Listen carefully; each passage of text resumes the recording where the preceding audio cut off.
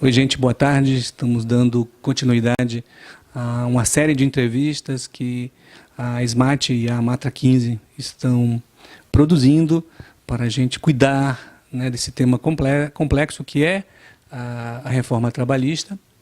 E hoje vamos receber aqui no nosso estúdio uma grande magistrada, professora e uma das maiores especialistas em execução aqui do Tribunal Regional do Trabalho da 15ª Região, a doutora Ana Paula Alvarenga Martins. Seja bem-vinda, Ana Paula. Obrigada, Marcos. É um prazer estar aqui na Matra gravando essa entrevista, nesse momento tão difícil para a Justiça do Trabalho. E muito importante a gente falar sobre a reforma trabalhista, sobre as repercussões, né, sobretudo sobre as questões referentes também às normas processuais. Pois é, já que você tocou nesse assunto, né, a gente tem buscado tratar desses temas com o cuidado que a legislação merece, porque é uma legislação que envolve 100 milhões de trabalhadores, né, e alguns milhões de empresários que, né, precisam lidar com ela para cuidar das suas vidas, da sua existência. E a gente sabe que é importante tratar dessa linguagem, desse problema com uma linguagem adequada, que tanto envolva a parte técnica, mas também que envolva a comunicação com os nossos assistentes. Mas eu queria ter aqui uma questão para te propor, né, porque é da essência da democratização do Estado, né, o acesso à justiça, né? E nenhum sistema de justiça talvez tenha sido mais paradigmático nisso do que a Justiça do Trabalho nesses 70 anos. E a gente tem uma alteração razoável aqui na nova disposição do artigo 72, do 878, perdão, da CLT, no que tange exatamente ao impulso, né, processual de ofício, né, que o processo trabalhista sempre primou e que, na verdade, de certo modo, foi assimilado, né? O que você acha dessa alteração, né? Como é que você absorve ela? O que eu vejo no projeto de lei, não só em relação à execução, mas em geral em relação às normas processuais, né, as alterações que estão sendo promovidas por esta lei, nos procedimentos trabalhistas, é que nós temos, na verdade, não uma modernização da legislação processual.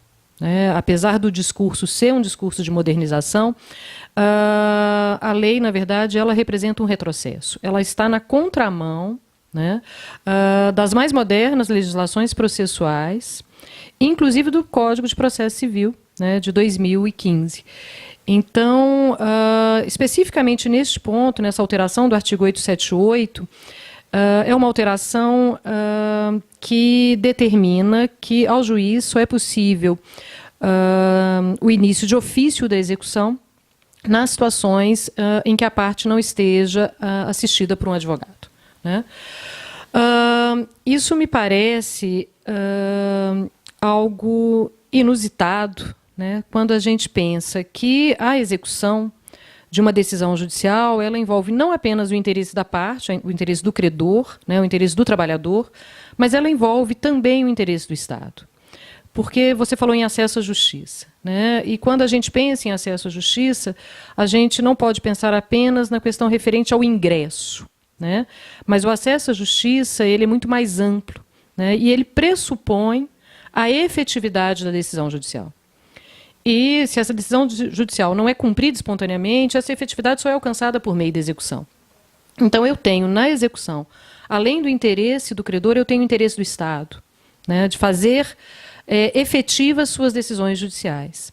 Então, a partir da lógica de todos os princípios constitucionais de natureza processual que nós temos, né, eu entendo que cabe ao Estado promover a execução. Ainda que a parte esteja, né, assistida por um advogado, não há a impossibilidade de que a execução seja feita de ofício, e me parece que assim deve ser, né, mesmo com a previsão legal, né. Não me parece que ela está vedando ao juiz que promova o interesse do Estado e do próprio credor ao dar início de ofício à execução. Você tocou num ponto curioso, né? Porque no processo de execução, as partes estão em posição assimétrica, né? Certamente. Né? O devedor, ele é uma parte, sem dúvida, que merece proteção constitucional, mas a proteção constitucional destinada a ele já foi mitigada pelo fato de que ele é um sujeito passivo de uma obrigação. Exatamente. Né? E de uma obrigação resistida em face do outro cidadão e que continua também, de certo modo, resistindo à própria sociedade, porque o Estado... Exatamente. Né? E é muito curioso isso, porque o Código de Processo Civil de 2015 foi editado pelo mesmo parlamento que acaba de, né, editar esta lei. E é curiosa a inversão de valores. Né? Em tese, o Código de Processo Civil, sabemos também que as relações jurídicas do campo civil já não são relações simétricas entre iguais, né? São também relações assimétricas, como regra, mas o Código de Processo Civil, né, parece que quis reconhecer essa assimetria. Né? E já o processo do trabalho proposto, de certo modo, pela alteração, porque ela fala exatamente, né, apenas quando não houver, parece que está demitindo o juiz de reconhecer a assimetria entre as partes. Como eu disse, o argumento da modernização ele não se sustenta. Né? Quando a gente olha para o Código de Processo Civil, especificamente em relação à execução de título judicial, a gente verifica inclusive uma mudança de nomenclatura. Né? Hoje se fala em cumprimento da decisão judicial, porque se reconhece ali que tem mais de um interesse envolvido, né, na efetividade, né, na entrega daquele direito que foi reconhecido judicialmente. E se nós realmente tivéssemos, se o parlamento tivesse realmente a intenção de modernizar a legislação processual trabalhista naquilo que se refere à execução, né, o tratamento deveria ser exatamente o oposto do tratamento que está sendo dado. Um tratamento que reconhece também o interesse do Estado, que reconhece que a execução é uma mera fase de um procedimento, né, e que os princípios constitucionais da razoável duração do processo, do acesso à justiça, eles só estarão sendo observados se este processo for capaz de ser um processo efetivo. E, olha só, e me lembrei agora de um aspecto curioso, né? Porque o próprio texto constitucional, quando trata das execuções das contribuições previdenciárias, né, impõe ao magistrado exatamente o dever inexcusável de impulsionar a execução. Né? E, curiosamente, né, do ponto de vista do sistema de proteção ao crédito alimentar, o crédito trabalhista está em posição hierárquica superior ao crédito tributário. Sim. Né? E a legislação, aparentemente, inverteu as proposições no que tange à satisfação dessa prestação. Né? Agora, você acha que isso a gente já aplica de imediato, né? Independentemente de qual seja o conteúdo axiológico que a gente dê à norma, né? Qual é a existência temporal dela? Essa questão da aplicação de imediato da lei aos processos em curso é uma questão bastante controvertida, né? Mas me parece que a melhor interpretação é o reconhecimento de que essa mudança da regra do jogo, né, se aplicável, ela seria aplicável apenas aos processos posteriores à entrada em vigor. Né? Mas me parece que é mais importante do que analisar a aplicabilidade ou não da regra para o processo em curso ou para os novos processos, é buscar uma interpretação desta regra conforme os princípios constitucionais. Então, não é tratar a regra como inconstitucional, mas interpretá-la conforme os princípios constitucionais. Que, aliás, é um dos deveres de quem guarda a Constituição. Exatamente. Né? Preservar o máximo de autoridade da Constituição, inclusive o fato de que a legislação, né, é oriunda de um poder da República e que, portanto, a gente tem que tentar integrar essa legislação. Né? Essa é uma abordagem muito interessante. E, bom, mas tem uma outra novidade curiosa, que é essa do tocante à liquidação da sentença. Né? Então, você né, não existia no processo atual a previsão expressa do dever do juiz de dar ciência às partes do prazo de 8 dias. Né? Bom, como é que era o procedimento que a gente, né, tinha, ou melhor, tem até hoje, e como será esse novo procedimento? Esse tema da liquidação, ele é um tema controvertido, né, e há uma queixa muito grande, sobretudo dos advogados, em relação à questão da liquidação, porque o procedimento da CLT sempre foi um procedimento aberto, né, um procedimento que, na verdade, permitia a cada juiz escolher uma forma para conduzir a liquidação de uma decisão judicial. Né? Então, alguns juízes designavam perícia, sem que as partes tivessem oportunidade de apresentar cálculos, outros juízes seguiam um procedimento de apresentação dos cálculos pelas partes, né?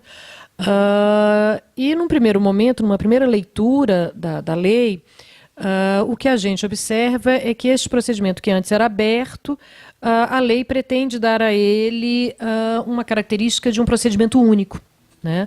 Ao estabelecer que as partes têm aí um prazo específico de 8 dias para impugnar estes cálculos. Bem, a questão da impugnação, né, eu acho que ela não altera toda essa dinâmica, né? Porque, na verdade, nós temos já este prazo estabelecido, né? Então, a impugnação a uma sentença que homologa cálculos, né, ela já estava prevista na CLT e não houve revogação nesse sentido, né? Então, não me parece que a mudança seja tão significativa, apesar de que é uma regra que burocratiza, né, essa fase. Eu costumo dizer que o ideal, né, é se pudéssemos ter sentenças líquidas, né? Essa fase de liquidação ela seria absolutamente desnecessária num procedimento, né? Se tivéssemos dentro da estrutura da Justiça do Trabalho a possibilidade de produzirmos sentenças líquidas. Você tocou num ponto curioso, porque quando a gente fala de incidente, a gente fala em tese de né, para usar uma expressão popular, de um atalho, né, de um desvio de um caminho regular que o processo deveria seguir.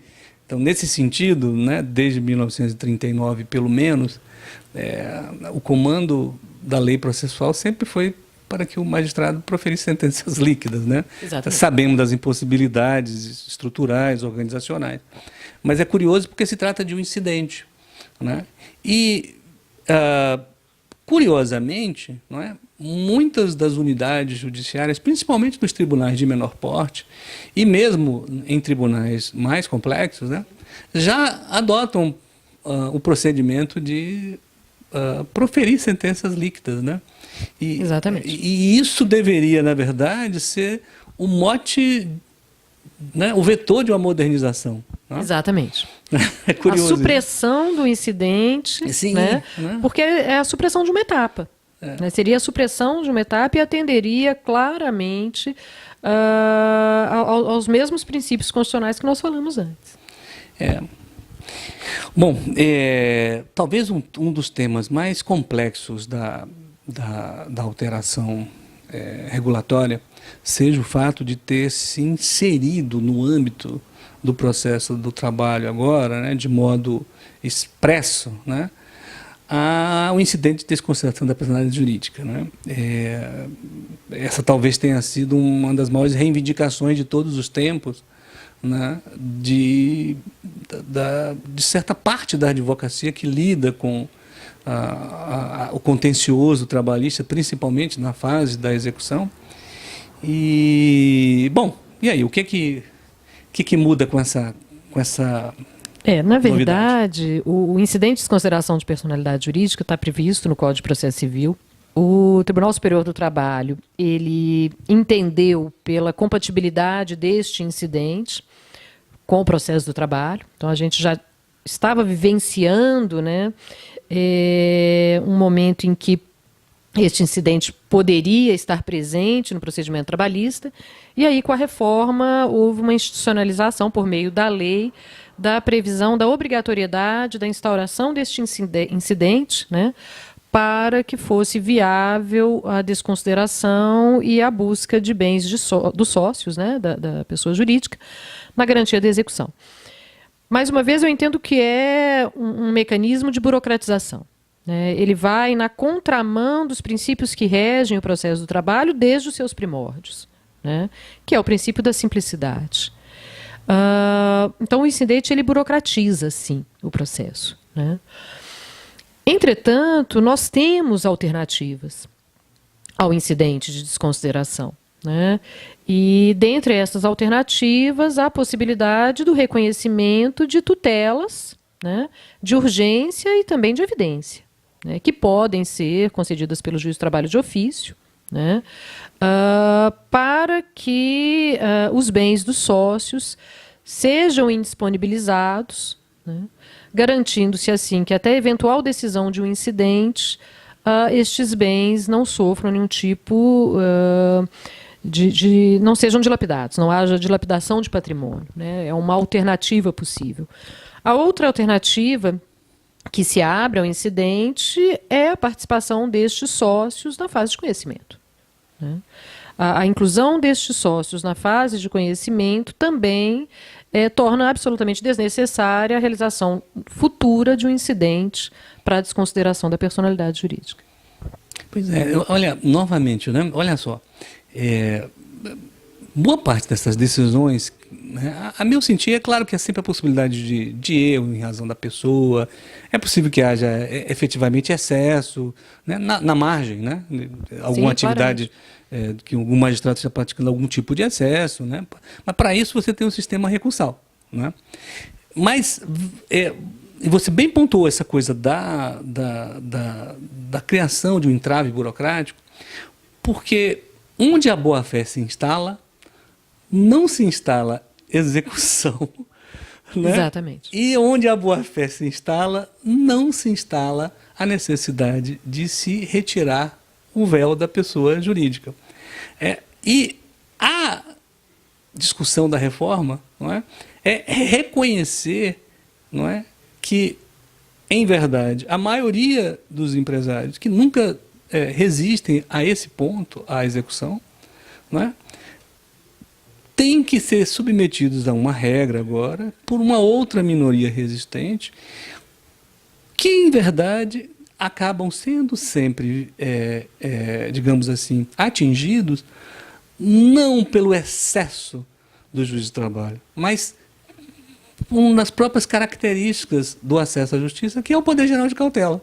Né? Exatamente. O que estamos, provavelmente os juízes vão fazer incidir com mais frequência, né, os instrumentos do poder geral de cautela, né, das tutelas cautelares antecedentes ou consequentes, no âmbito da tutela de evidência ou de urgência, não é? Para exatamente dar conta do fato de que são pessoas que há indício de dissipação.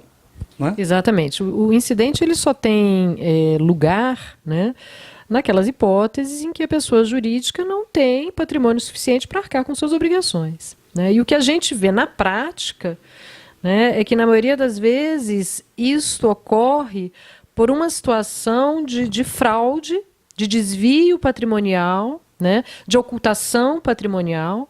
Então, na grande parte dos processos em que é necessário buscar os bens particulares dos sócios, nós estamos diante de uma situação de fraude patrimonial, de desvio patrimonial, de ocultação patrimonial, de blindagem patrimonial. Né?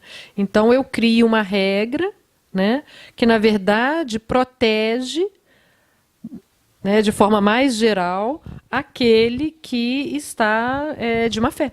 Né? Porque as empresas que não se utilizam deste procedimento, né, elas serão responsabilizadas e os seus patrimônios responderão por suas dívidas, na maior parte das vezes. E que é a maioria... Né, exatamente. Parece que o Brasil passou a orbitar no mundo do processo legislativo sob a ótica da má-fé.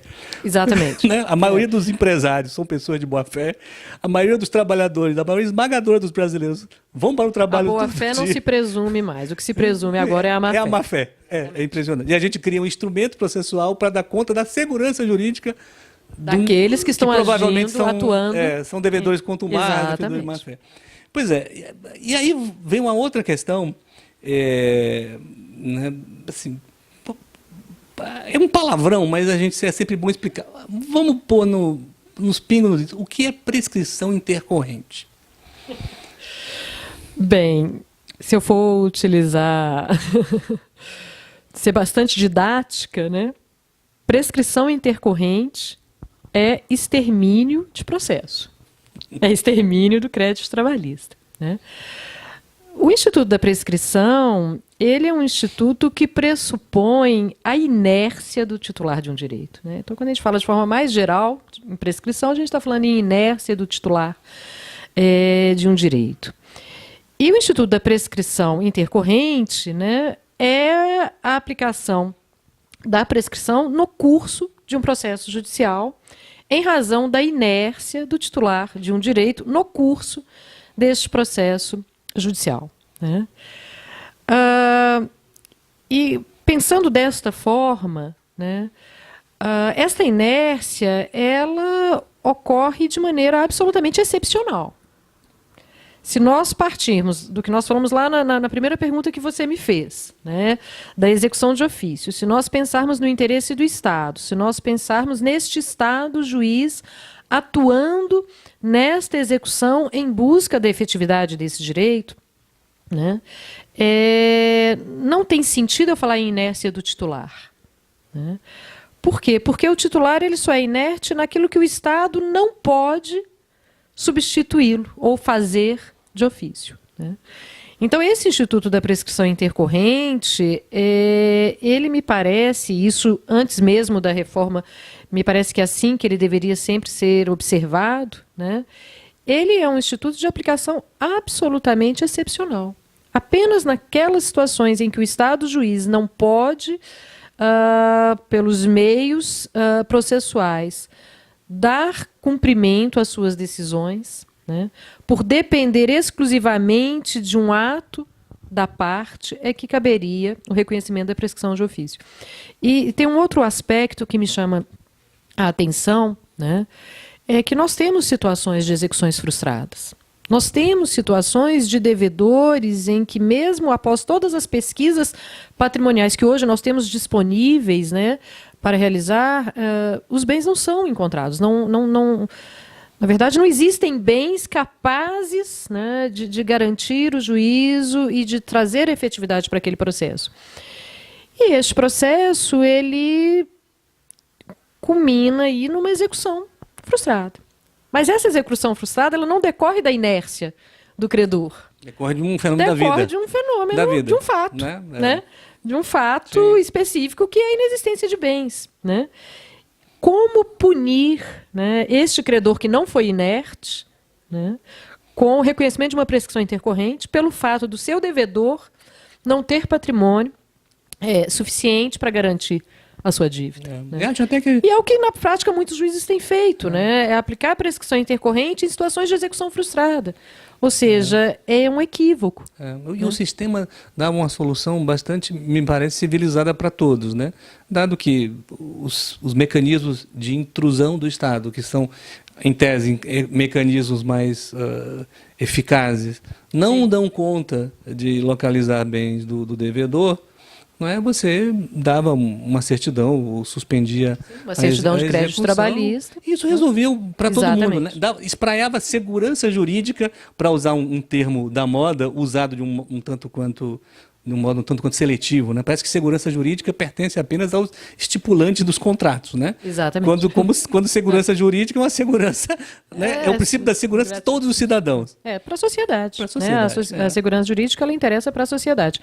E o que me parece realmente inviável é você exterminar um direito, né, reconhecendo uma prescrição intercorrente em razão de um fato que escapa completamente da capacidade do próprio credor. Né? Então, isso me parece bastante complicado. O dispositivo da lei, né? E da forma como ele foi redigido, é importante reconhecermos aquilo que a doutrina e a jurisprudência trabalhista já vinha reconhecendo, né? que a existência do grupo econômico ela não decorre apenas da existência de identidade societária.